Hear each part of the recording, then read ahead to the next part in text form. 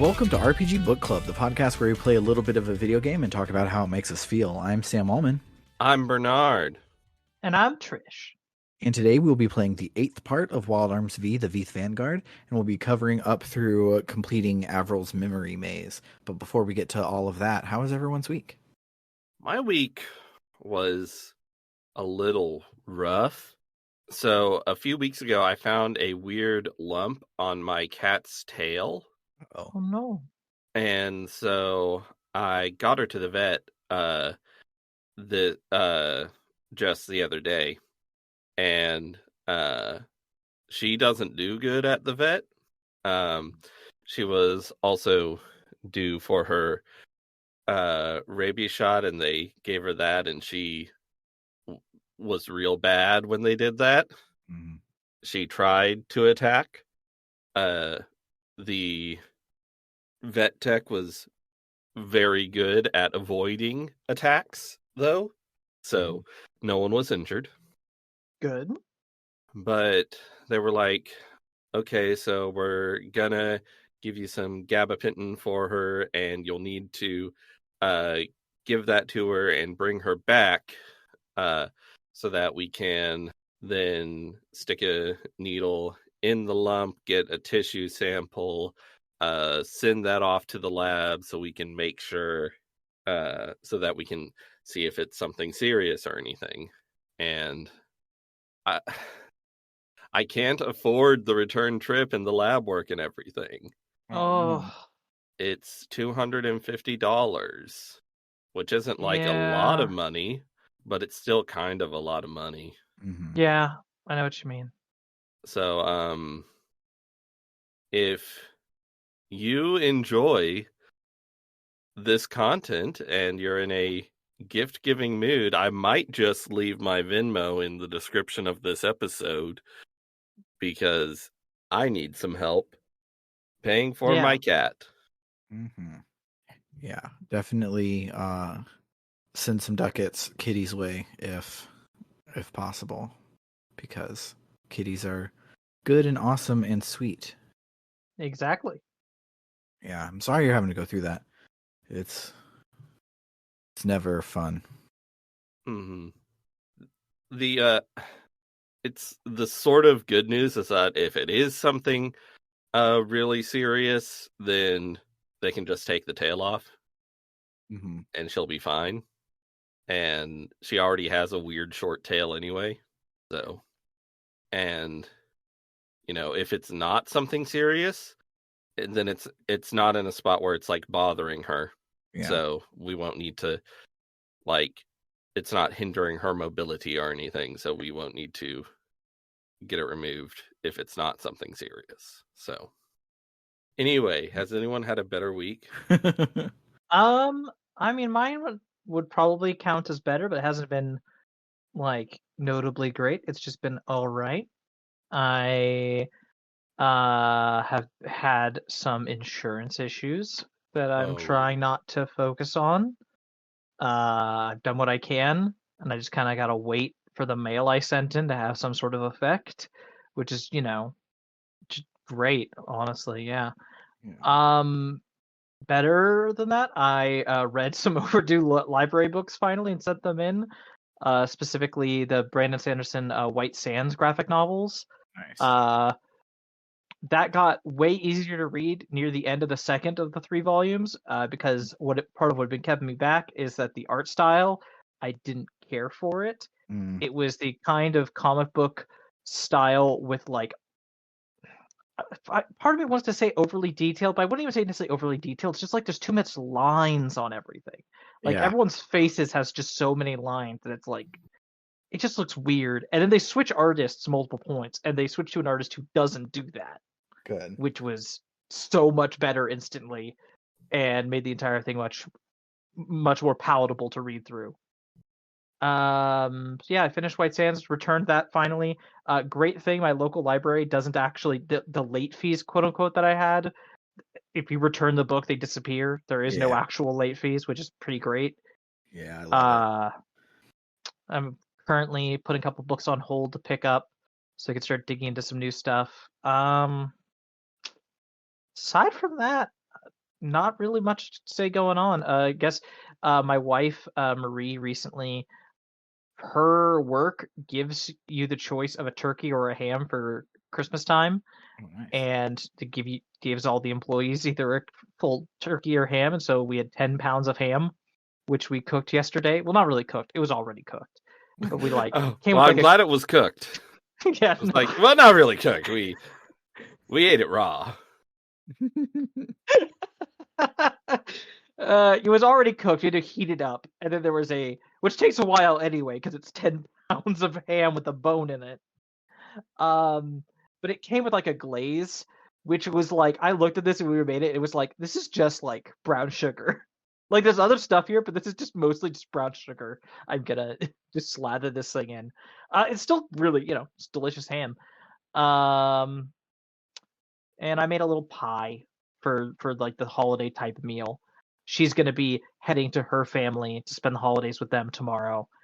While I'm gonna be staying behind with other partners slash roommates, and we're gonna be having Chinese food for Christmas. Nice.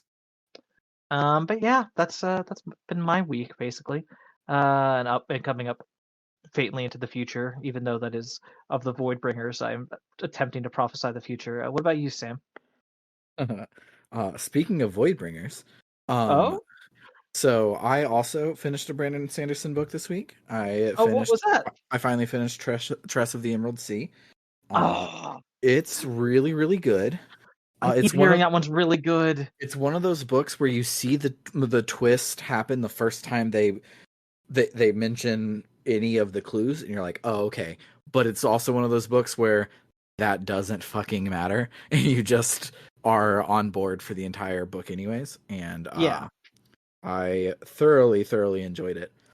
I then immediately started Frugal Wizard, the Secret Project #2, and it's different. That's the one I hear is the most contentious. Yeah, a lot of people people bounce off of it because it's super different. I love when people do something super different. When King of Fantasy Brandon Sanderson was like, "Hey, I want to make this sci-fi book." Those are some of my favorite books of his, so I am okay with that. But the main thing that rubs me wrong about it is he wrote it during the pandemic, which means after March of 2020, which is also when George Floyd was killed. Oh, and the main character is a cop. He's like a special task force member, detective, the sort of things that, like, even in a abolished society, I think we should have something similar to a detective. So I don't hate it immediately, but the guy refers to himself as a cop, and I'm like, weird timing of when you wrote this, Brandon. I don't like that. Yeah, but that reminds me of two. I have two Brandon Sanderson things now that. I'm sorry you brought it up. First, cop related. I'd heard for a while. I don't know if you'd heard this, but Mistborn Era 3 is supposed to. It's going to be set in like that world's equivalent to the 1980s. And for a while, when he talked about it, he was like, "Oh, the protagonist is going to be like a member of a SWAT team." And I said, "Fuck, no, please, I don't want that." Yeah, Brandon, I really don't want that. I don't really. That sounds bad. And he's apparently completely changed his mind on that. It's like, yeah, no, the main character is going to be like the equivalent of like early like 80s computer geek, like nice. Early nerd subculture. I'm like, okay, way better, infinitely good. Please, infinitely better. Yeah. Continuing talking about Brandon Sanderson. Yes. I also there's a TikTok account going around that is talking about why religion works scientifically, and like what is happening and why it has such a stranglehold on people. And one of the big ones is, if you're hanging around with a lot of people who love the same music that you do and you're all singing music together, it's going to feel like a religious experience. Just ask any white girl that went to the Eras tour. And it's like, okay, cool, yeah, that one's pretty obvious. But one I didn't realize was if you have a like serious like single person book club, like reading a book that's very important to you, like line by line, sentence by sentence, going down in to pick a Bible verse, basically to go in and expound on that and think about that fully and expand what that means to you. That also is a very good way for you to like process mental health things and things like that. And so the person was like, that's why, like, the reason church works is it's a weekly concert and book club, and that's basically it. And so I was like, oh, I should do that with the Stormlight Archive, because literally so many things in my life are like resonating with it. So a coworker randomly gifted me 25 Amazon dollars, and so I'm getting one of the large size paperbacks of The Way of Kings, so I can scribble in the margins, underline, post-its, all of those sorts of things. And I'm starting that next week, and I'm super excited for it. Yes, I love it. I love it. Yeah. The only other things that I did this week were play a shitload of Room Factory 5 and play around Not write notes, of course. And I played around in Foundry Virtual Tabletop, because my Pathfinder group, that's my polycule. They at our last session, they surprised me with a key to it, so that because Pathfinder is really, really cool, but it's a lot of things to remember, and I have a note from my doctor that says I shouldn't be forced to remember to do things. and so we were using One More Multiverse, which I prefer the look and the world creation vibe of One More Multiverse. It's like JRPG style, and I really, really like that. But it has zero automation for Pathfinder. Foundry has about 98% automation for Pathfinder, and so we're migrating over to that one, and I was playing around and learning a lot of stuff on that, and that was really cool. And then the final thing, the reason I didn't write notes, because I was planning on doing it today, but I have ADHD calendar where I have like 4 calendars going at the same time, but they're not synced together. And so my podcast calendar of, we record the podcast on Friday, I'm going to finish playing the part of Wild Arms and write all of the notes on Friday. Today was Scarlett's birthday, so none of that happened. So Bernard's going to be doing the notes today. But yeah, that crying 2-week-old baby in the original episode 0 is now 7 years old, and that's ridiculous. Incredible. Because we're in the middle of quote unquote year 5. Congrats on making a human being. Yeah. And raising one, even more than that. Yeah, it's cool. She's so big. Like she got hungry at the buffet for her thing. She got like wanted seconds, and she like got up from the table and walked to the buffet line and grabbed what she wanted on a new plate and came back to her seat. And just that was my baby just did a human thing. She's not a kid anymore. She's a human, and that's fucking weird. And I love it. So amazing. Big recommend. Have a 7-year-old. Not big recommend. Have a 1 through 6-year-old. I'll take that into account when it comes to adoption. Yes. Speaking of, I don't know. I don't have a segue tonight. Let's talk about this video game. Let's do it.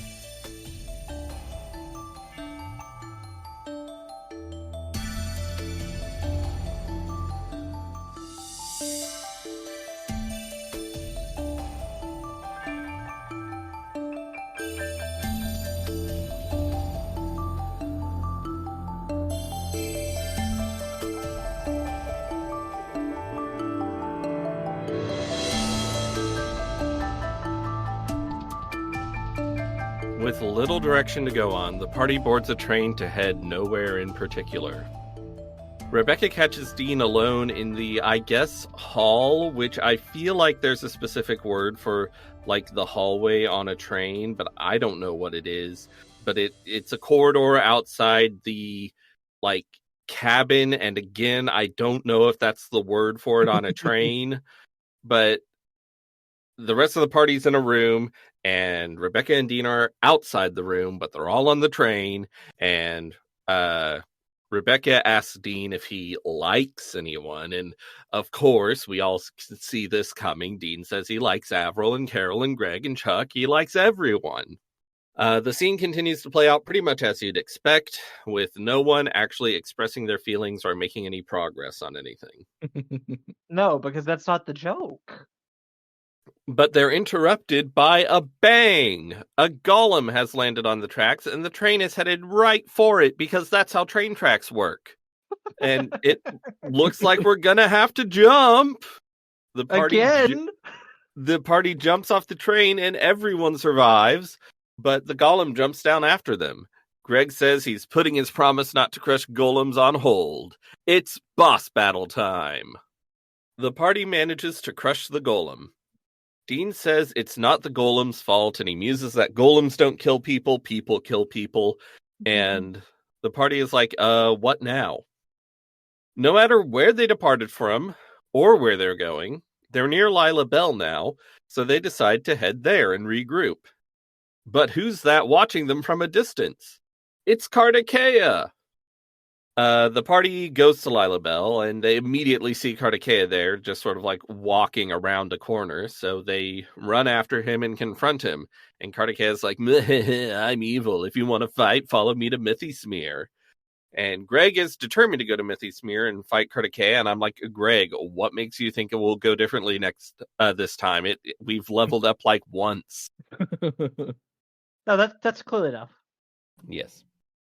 We cut to Volsung's dumb throne room. Faradun reports that Kartikeya's golem destroyed a whole town, and he's like, Volsung, you had to know that this would happen, and I can't abide the needless slaughter, even of humans. And Volsung's like, yeah, but I'm evil, and it doesn't matter because they're gonna die anyway, and Kartikeya's gonna make up for your failure and capture Johnny Appleseed.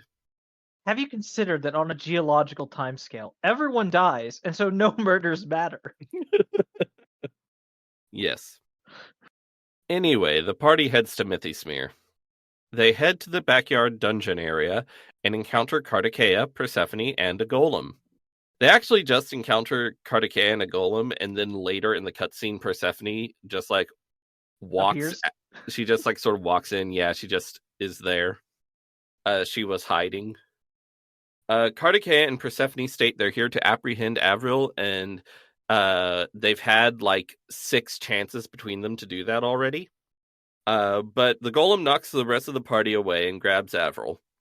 Persephone also casually refers to Avril as the Ice Queen, which does not surprise us because we're not idiots. Avril agrees to go with them. And if this was a Tales game, our characters would not pick up on this until after the final cutscene of the game. Yes. Avril agrees to go with them as long as they don't harm her friends. We cut to the moderates. A navigator announces that the radicals have captured Johnny Appleseed. The captain says they'll just have to take her back. He'll go himself if needed. In the name of the Mayflower, we must take back Johnny Appleseed. And if the Ice Queen has awakened, don't hesitate to kill her. The party wakes up in a sci-fi jail cell and realizes Avril's not with them. A soldier comes in and says Volsung wants to see them. He leads them into a huge chamber with a huge golem in it. On a balcony high above, Avril yells at Volsung and his crew that they lied. Volsung is like, as I promised, I'm letting them go. By killing them, I'm evil. This guy can learn bad guy tips from Spondum, and that really says bad things about you as a villain. Avril is not happy about this. Volsung muses that the Ice Queen has changed so much since she ruthlessly cut down the moderates 12,000 years ago. Avril's like, what? Volsung's like, you lost your memory when you were abducted. He says some villain shit, then does some psychic brain magic on Avril, which seems to sedate her. The party calls out to Avril, but she doesn't really respond. And then the massive golem attacks. The party enters battle mode, but they can't defeat it. It keeps happening. It doesn't stop from keep happening the whole time. Then 2 more of the same golem show up. Dean struggles to his feet and states you can do anything as long as you don't give up. Avril, watching, repeats this catchphrase. You can do anything as long as you don't give up. Avril calls out to Dean. Volsung grabs her arm, but she says, "Don't touch me," and psycho-blasts him away. Avril leaps down from the balcony and lands right on top of Dean. She says in a weirdly sort of sultry way that they can leave the golems to her. Dean's like, but no human could beat them alone. And we're like, Dean, have you not been paying attention at all? Avril thanks Rebecca for all she's done for her, then psycho-blasts a golem. The party spent too long talking, however, because now Feridun, Kartikeya, and Persephone are blocking the exit. Dean tries to distract them by blowing on a whistle. Then a giant one-armed golem crashes through the ceiling. It crushes the other golems, then opens its palm for the party to get on. They're like, well, we don't have much choice, and also riding in a giant mech's open hand is the coolest thing, so we might as well. The golem bursts out of the building and starts zooming away towards a spaceship. But then a bad golem appears and shoots an energy ball at the good golem. The captain of the moderates leaps down from the spaceship, lands on the good golem's shoulder, knocks the energy ball away himself, and says, "Just call me Johnny Appleseed."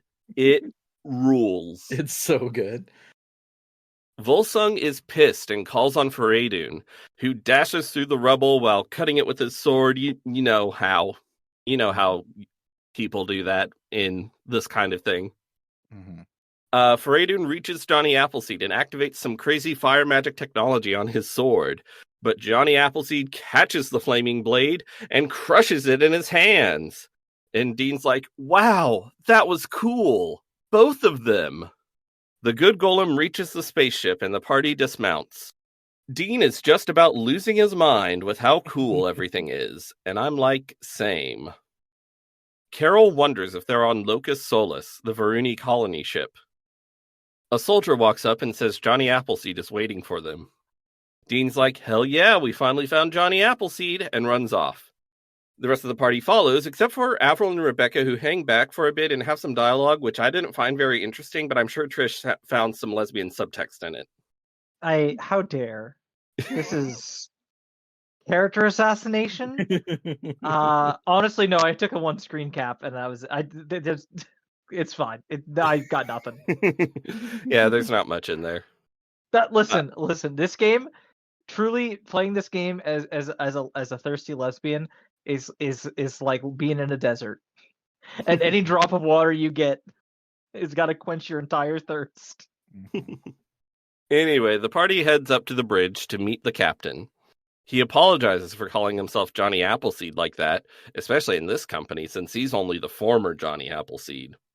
He explains that Johnny Appleseed is the traditional name of the leader of the Varuni, and he was the previous one.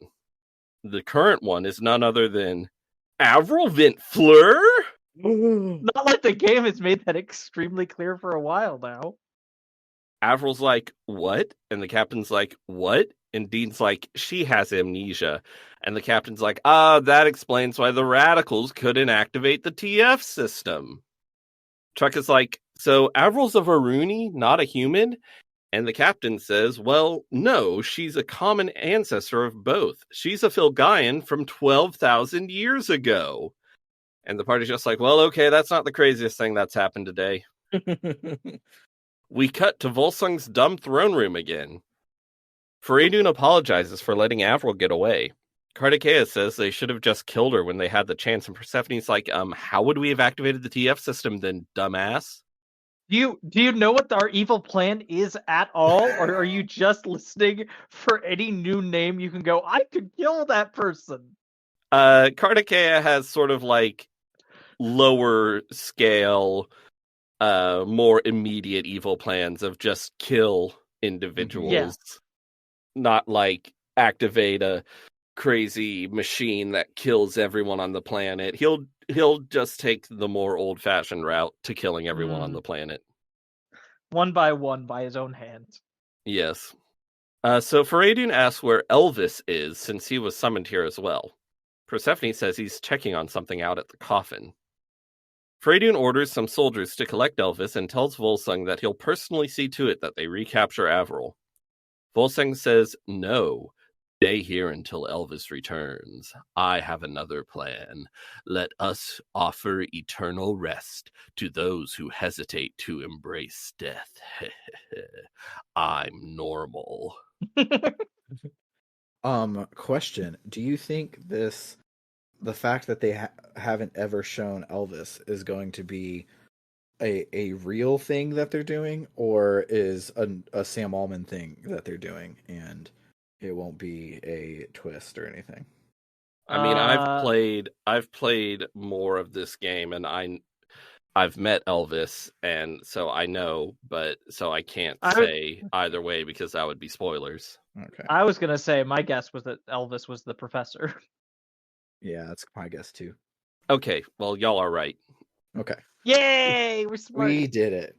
Yeah, after it came out that he was Varuni like 2 days ago, I was like, oh, another Varuni that this late in the game doesn't have their name in their text box, probably important. So now Captain finally has a name. Yeah. Well, not yet. Yes, but in the next paragraph, he gets his name. Back on the bridge, the party has just finished introducing themselves properly. The captain says his name is Bartholomew, and he welcomes them to the Mayflower. He explains that he was only Johnny Appleseed until the settlement on Filgaia. Now he's just the captain of the Mayflower. Rebecca's like, okay, but about the plot, what's the deal with this TF system thing? Bartholomew explains that it's meant to reform the planet into one suitable for Varuni, because it's rejecting them. Filgaia itself is suffering from a disease, but if they cured the disease and restored Filgaia to its former strength, it would just get better at rejecting the Varuni. The radicals only care about reforming the planet with the TF system, even though that means all native life on Filgaia will die, and Dean's like, that's bad. Bartholomew says the radicals have been able to power up the TF system to 20%, and they're already seeing casualties from that. Rebecca wonders if Pastel's illness was caused by the TF system, and I'm like, well, we know that that's the case, but also, like... Interesting leap. People get sick for lots of reasons. Mm-hmm. And then Carol's like, and that one time I had a fever, and I'm like... You're like, people get fevers, and I feel like especially children get fevers a lot. Yeah. It feels very much like a writer being like, I need to make it clear everything is tied together. Like, yes. It's like, I mean, you don't gotta do that. People have imaginations. I don't know if you're aware. Anyway, Bartholomew says that the radicals can't bring the TF system to full power as long as Avril's lost her memories.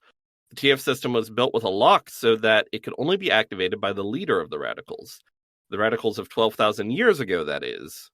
Because in the past, there were groups called the radicals and the moderates, and now in the present, there's groups called the radicals and the moderates, and they're kind of related, but also they're different groups, and it's just confusing that they're called the same thing.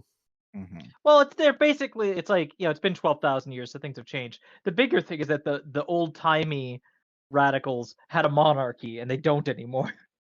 Without the monarch's authorization, the TF system can't be fully activated, but there's no royalty today, and the bloodline has long since died off.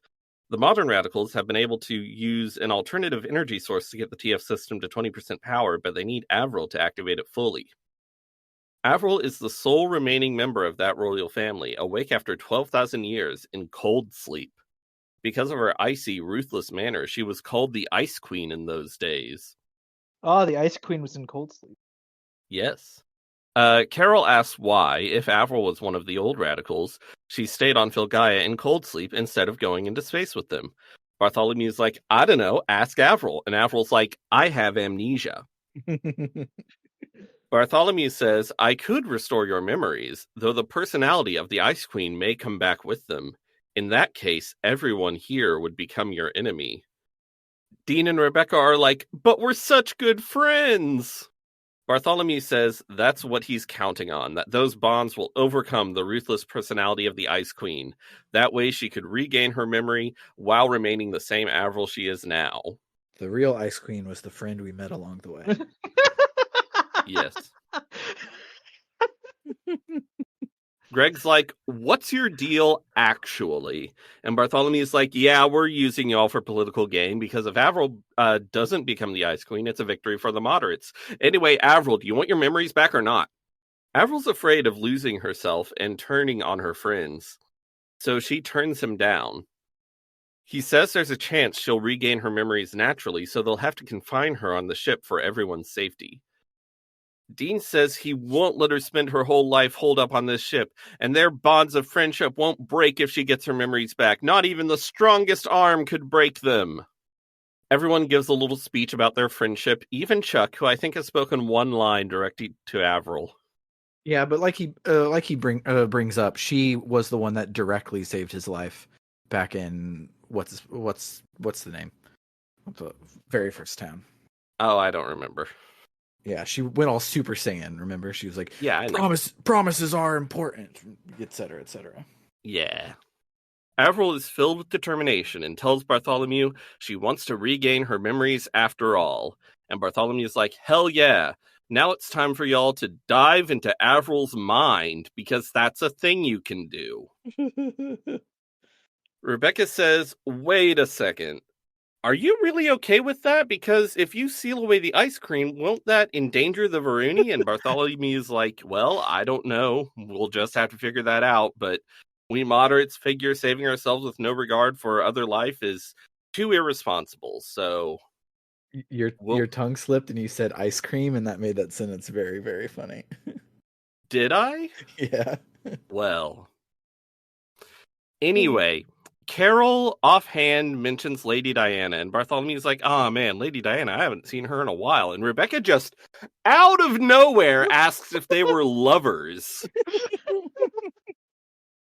And I'm like, what? I just now, anytime I realize two people I know each other, just, were you lovers? Wait, Sam, you know the game professor too? You lovers? Yes. Anyway, the party and Bartholomew head to sickbay so that they can enter Avril's mind palace. They can do this using their mediums because of reasons. Even Avril gets to come into her own mind. Our heroes venture through Avril's mind palace, relive moments from their shared past, and have conversations. Avril seems to regain part of her memories as we're going through without doing the full regain memories thing, because she starts talking about stuff that she wouldn't have known before. But anyway, point is, she says that Volsung was the one who originally woke her up, but she couldn't activate the TF system. Then the moderates sent that golem to get her, but it couldn't escape, so it ejected its arm carrying her, and that's how the beginning of the game happened. Later on, Avril asks Dean to kill her if she becomes the Ice Queen, and Dean's like, no. If that happens, I'll just turn you back instead. Moving on, eventually the party encounters another Avril, who calls herself the true Avril, the Ice Queen. She says villain shit. Dean asks how Avril can get her memories back, and the Ice Queen says Avril has to accept her. Avril deliberately sealed her own memories away, she says. The Ice Queen and Avril talk back and forth, explaining the plot to each other. Avril entered cold sleep 12,000 years ago to await the return of her compatriots. They had developed the TF system and activated it for a test, but the moderates interfered and the test failed. The radicals departed to space, hoping for the planet to make a natural recovery, and Avril voluntarily remained so her genetic code wouldn't mutate over the long voyage and become incompatible with the TF system. They explained stuff we already figured out, like that the Varuni's mutations make Filgaia see them as invaders and is fighting them off like a body fights a disease, all that stuff. The Ice Queen says that in order to survive, they must activate the TF system and reform Filgaia. Rebecca's like, but you can't just do that. The Ice Queen says there is an alternative that would allow the Varuni to survive, but it's unrealistic. It would require the humans to trust the Varuni as friends, The Ice Queen talks about how this is impossible, and I'm like, whose fault is that? It's almost like you motherfuckers have been enslaving everyone. Avril's like, I don't want to kill all humans. The Ice Queen attacks. The party can't defeat her because she's the queen of the Mind Palace, and because this is 1 out of every 2 boss battles in this game. Yeah, it does feel that way, doesn't it? Yeah, it is a effective storytelling technique that you can use in your JRPG. It is not effective if it is every time. Yes. After she wins the battle, the Ice Queen is like, "Mwahaha, I'm evil, you can't beat me." Avril's so pathetic she even lied to herself about Cold Sleep giving her amnesia instead of acknowledging that she sealed away her memories herself. And Avril's like, wait, why did I seal my memories away myself? And the Ice Queen's like, don't worry about it. The Ice Queen gets frustrated and decides to just kill Avril, so she starts making a magic ball of energy appear around her hand. But the party steps in front of Avril, each giving a dialogue box or 2 about their friendship. The Ice Queen decides to test their friendship and disappears along with Avril. The party has to do some dungeoneering without Avril, then has to do a weird test where there are 2 Avrils, and Dean has to choose the real one. It's weird. They're stuck in a big boulder. Yep. It's like the creator's like, okay, you know that the thing of, oh, we've got to shoot which one's the correct one. One of them has to say the thing that only that person would say. What if that? But instead of having to shoot one of them, you just had to pick which one is stuck in a boulder. Yep. Is the right one. It's weird. Anyway, Dean chooses the right one, and the Ice Queen attacks again. But this time the party can defeat her because of friendship. Or something. I sort of was giving up on writing notes at this point. After the fight, Avril reveals that what the Ice Queen's been trying to hide from her is what happened during the TF system test. Specifically, the, in red text, dimensional turbulence from the shock caused by the moderate's interference. There were no casualties from it, but there was one person affected by it. That person was... ... But then Avril moves on to a new sentence and says she cannot reject the Ice Queen. She's a part of her. She must accept her. Avril says she will save humans and fulfill the Ice Queen's desire to save the Varuni as well.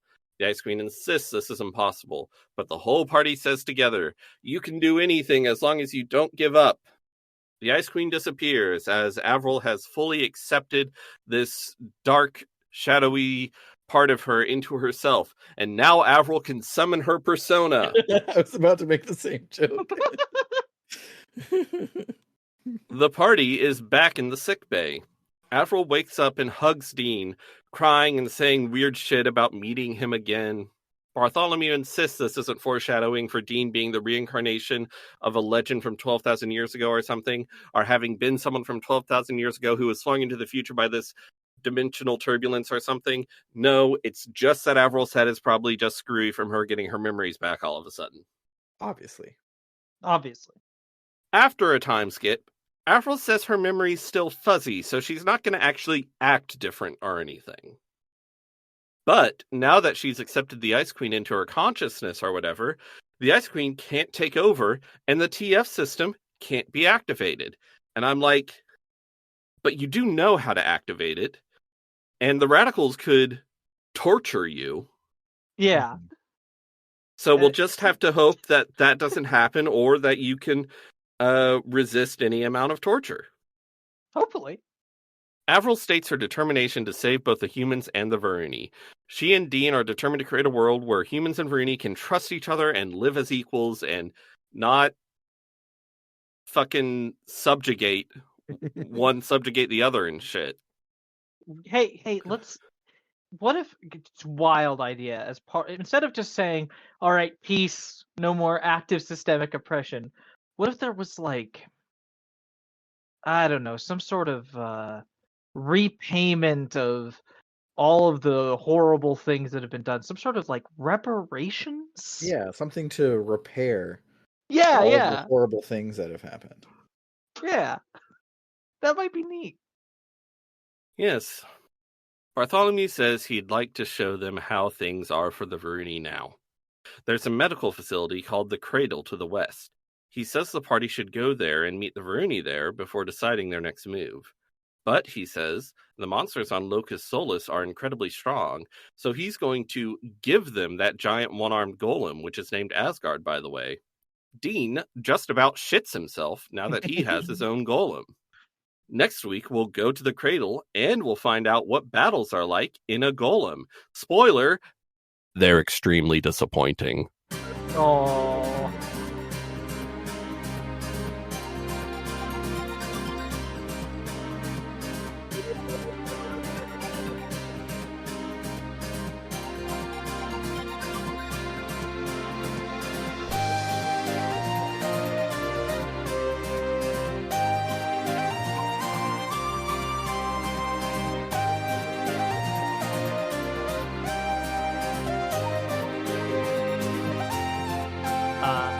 I'm gonna ask to go first because I really just got one, which is when they introduced the ship is called the Mayflower, and you have conversations in which you've got the Mayflower, Johnny Appleseed, and Elvis being thrown around.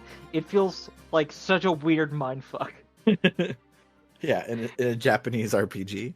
Yeah, it feels like the Japanese, like what so many Americans will do to other cultures, where you just pick out a couple things from their history, hundreds of years apart, and you just like match them all together. Absolutely. I love it.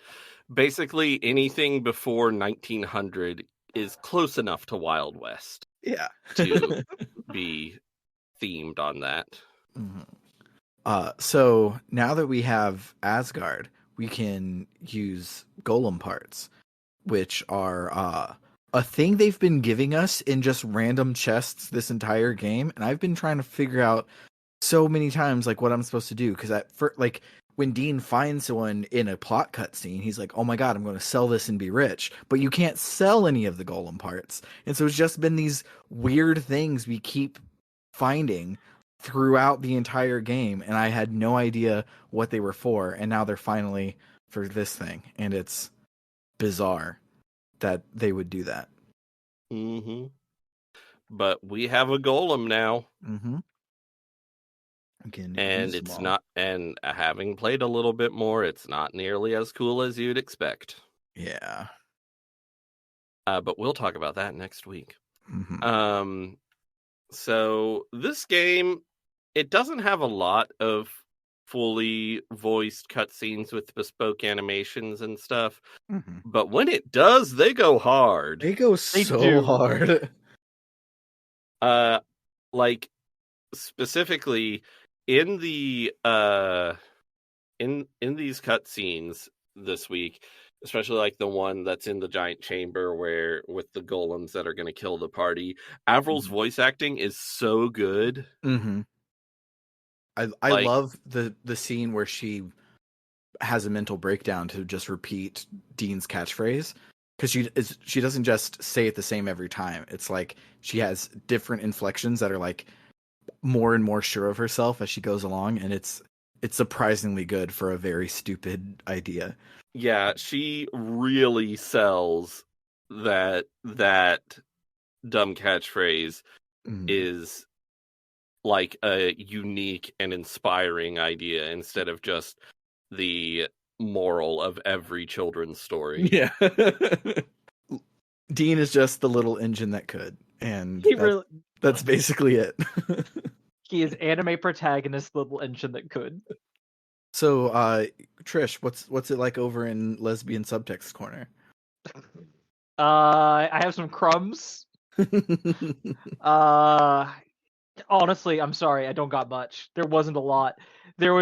But again, it feels like I get a couple crumbs, and then the game is like, oh my god, Avril just hugged Dean, and now Rebecca's jealous. And I'm like, shut the fuck up. No, I don't care. Yeah. Oh my gosh. Can I spoil something from the next dungeon? Yes. Please. So there's a part in the next dungeon where you have to go through a series of rooms, and in each room you have to leave a party member behind to stay on a switch. And it'll be like, oh, in this room is dark, and you can't leave Chuck or someone else because they're afraid of the dark. And in this room you can't leave this person. And one of those things is that if you are with Avril, Rebecca won't leave because she won't leave you two alone together. God damn it. And I'm like, oh my God. And also that really annoyed me because I got into a situation where I really I couldn't figure out how to swap people around in order to not have that happen. So I was really annoyed with Rebecca. Yeah, especially coming off of Skies of Arcadia, where like it's plot where they're like, oh yeah, neither of us are mad that we're both in love with Vice. It's just what we do, and everybody's like, cool, I'll do you. More power to you. Go be poly pirates. Sell your life rights to Taika Waititi, and I'll make a bunch of money in the future. But coming to this one where a lot of the same setups are happening, but it's completely tanked by Rebecca being like, but no, he's talking to other girls, is so frustrating.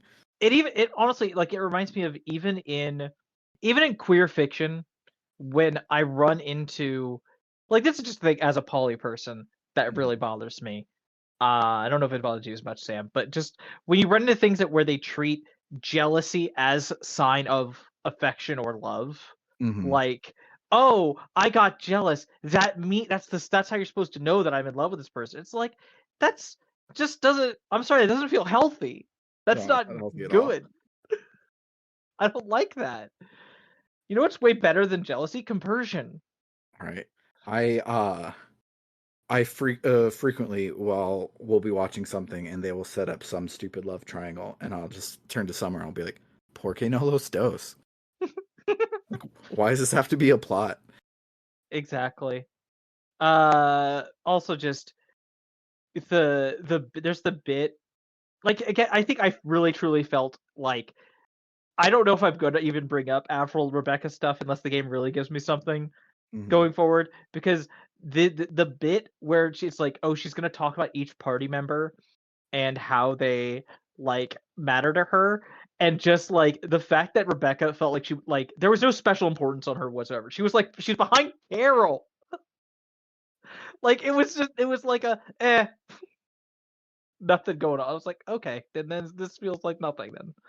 Yeah. I'm truly grasping at straws here, and I don't have the energy to grasp at straws anymore. It's not that the ship has sailed; it's that Rebecca and Avril broke up off screen, and so all your subtext earlier was very real. It wasn't imagined, but now they've just broke up. You don't need to pity me. I wanted to make sure I knew what compersion was, and not that just you'd said compassion with a really weird accent. So I googled compersion, and form of joy in the joy of others. It says blah blah blah. But one of the people also asks is, who invented compersion? And I'm like, I get that it's asking like who coined the term, but just the idea, who invented this feeling? Yeah. Who invented being happy for other people? It's bullshit. I'm tired of it being in my life. I want to send this guy a sternly worded letter. Oh gosh, I also just we poked fun of him in the recap, but Fulgung is just such a boring villain. He's such a nothing burger. Yeah.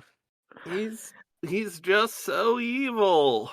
He's so evil, and it feels like no one who works with him really gets it. They're like, but Fulgung, that would be killing innocent humans. He's like, well, Kartikeya is fine with it. You're in Kartikeya. I mean, everyone else. Yeah, Faradun and Persephone don't really, like, I'm not going to call them good people, but they just seem to be so less, I guess you'd say, radical than he is on this. Yeah, they don't super feel like radicals. It's weird that you've got the big evil man, and you've got kill 'em all man, and then everyone else we've met on the radical side. I'm like, are you guys? It feels like you're just like a member of this political party for like some kind of like bonuses you get for it, and not any like actual beliefs you have. Yeah, like Persephone was in love with a human. Why are you on the kill every human and also every plant and animal that lives on Filgaia party? Doesn't quite make sense to me. Don't forget the fungi. Oh, it's true. It's true. What about the anaerobic bacteria? They said all life native to the planet, so are we losing anaerobic bacteria too? Probably. Oh, that sucks. They're gonna reform the planet, destroy all life on the planet, but then they'll get down there and realize the VR factor was a virus, which is not technically alive. Mm-hmm. So it didn't get destroyed. Excellent point. Do we have anything else for memorable? Some memoms? Memoms? I don't know. I feel my notes were long, but I sort of barreled through them. I feel like we haven't been talking long enough. Oh, it's been a fair amount of time. Yeah, I really like this game, and this week was especially good. I don't think we've had a single like bad or like frustrating week besides poking fun at Rebecca, but like everything's been great. But this was like turned up a notch of greatness, and now we're in the home stretch of this game. You know, one thing I realized we forgot to talk about. What? From a week or two ago. What? Is when they're in Mount Chug Chug and they're talking with Nightburn. There's a part where he pulls out a gun. Like he's been using his arm the whole time, which is like this giant machine gun thing. But at one point he pulls out just a gun. And it's treated as this big deal that he has a gun and he's pointing it at Dean and stuff. And it just feels like it's a completely different thing. Like it's as if everyone were using swords and someone pulled out a gun. Right. It was so weird to me. I don't know if it felt weird to y'all, but it just felt like everything else was arms. But this is lowercase letters. This is a gun. Yeah, that felt weird to me too. I think it was kind of subsumed by all the other weirdness in the Mount Chug Chug. There was every week there's a lot of weird shit going on. Okay, but that was the conversation where he went from kill all humans to actually no, you're right, Dean. You should be the goodest of good boys, and I'll help you and protect you. And it was like, wait, what? What? We hadn't even explored why you want to kill all humans. Yeah, and you've already changed your mind. He had real Judge from Ace Attorney vibes, just like, oh, you made an excellent point. I don't want to kill the humans anymore. The autopsy Judge. Report was updated.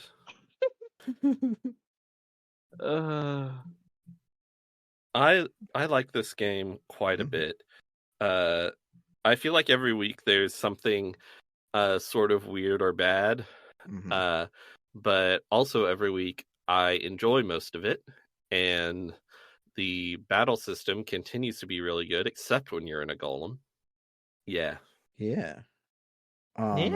Speaking of heading into the home stretch of this game, so in case you skipped over the episode we put up last week, don't go back and listen to it. It's surprisingly long and well thought out, but we are starting our poll for the best of the rest early, because we were going to do 2 more games before we did it, but we got excited and wanted to do it early, so we're doing it early. So we've opened up the poll. You can find it over at www.rpgbook.club, where any donation will get you access to the poll. And you can vote on all 16 of the losers for all of the polls that we've done so far. So that's 3 per year and 4 last year. I'm not going to read them all off because there's 16 of them and there's a lot. But if you are a Okage Shadow King stan and you really want us to play it, you gotta head on over and make a donation and then cast your vote.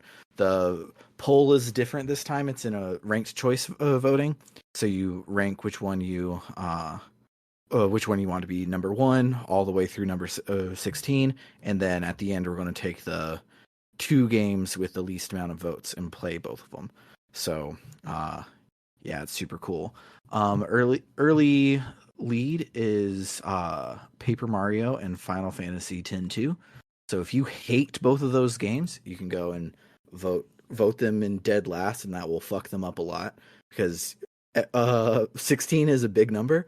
So if they keep getting 1s and 2s and somebody drops a 16 on them, it's going to knock them down a peg. So if you hate Paper Mario, I don't know what's wrong with you. I don't know how someone could hate Paper Mario. Come on, man. Absolutely. I agree with Bernard. I also just want to say for the record, I don't know if this will influence anyone's votes. If Tentu's in the top 2 spots, I've never played Final Fantasy X, and I'm just saying on a personal level, I think it would be absolutely hysterical if I played 10-2 before I play 10. I think that would... There are people I personally know who would try to strangle me if that was the case. So please, do it! Do it! It would be... It would give you a unique perspective on the narrative, I think. Mm-hmm. I doubt there are many people who played 10-2 before 10. Yeah. And most games are actually pretty good at the Stanley quote. I was going to call it something. Every issue, but every comic is someone's first comic, and so a lot of games are pretty good at doing that, despite being sequels. And so we can see how good 10-2 is at doing that, or if it's just throwing you some jargon straight up constantly and never stopping, like Kingdom Hearts Dream Drop Distance. That one is not a good first Kingdom Hearts game. Don't play that one first. But I'd say no Kingdom Hearts game is a good Kingdom Hearts game. First Kingdom Hearts game. True story. I've played like 20 minutes, not 20 minutes, like 2 hours of the first Kingdom Hearts, and I was just like, this ain't for me. This ain't my game. Power to all the people who love it. I have a friend who is deeply invested in the characters of Terra and Aqua, and is extolled to me of them in great detail, and I nod my head and I go, cool. I'm glad those characters mean so much to you. Yeah, since you just played the first couple of hours of the first one and haven't played Final Fantasy X, I think that explains a lot, because that's when all of the Final Fantasy X cameos are. Anywho, yeah, so like I said, you can head on over to www.rpgbook.club to donate on that poll, and if you set up a monthly donation, you also get some additional benefits. If you do donate $1 a month or more a month, you get access to our bonus feed, where we are currently working through Tales of Destiny Director's Cut for our Tales of Podcastia subseries. And the phrase is working through. Working through, yes. It is. It's fine. It's inoffensive, which is a step up from the first one. Hopefully we'll play a good one soon. But so far, we have actively bad, and now we're up to inoffensive. So we'll keep pushing, and maybe we'll get there. But if you donate $5 or more a month, we'll also shout out your name at the end of every episode, just like this. Shout outs to Cerebral Wind, It's Claire Time, Frost Terror, Dragon Slayer 19, Floris, Kaldron, Freddy Rodriguez, AA Ron 524, and JFro Prime. And finally, if you love us so much that you want to donate $20 or more a month, you can also make me say a sentence of your choosing to either plug something or just make me say particular words in a particular order. So shoutouts to El Tantavi, who wants you to check out critical-distance.com, an aggregator for games criticism and journalism. And shout out to Vimk, who says, look, you're playing one old JRPG with a guy with blue hair that punches, even though Dean should be shooting, he punches anyways. Why not play another one and play Legend of Legaia for the PlayStation 1? And then shout outs to Carr, who's a dentist, so he isn't plugging a website, but rather your own mouth. He says to brush your teeth twice a day. Most importantly, the time before you go to bed. For RPG Book Club, I've been Sam Ullman. I'm Bernard. And I'm Trish. Toodaloo, folks. Bye.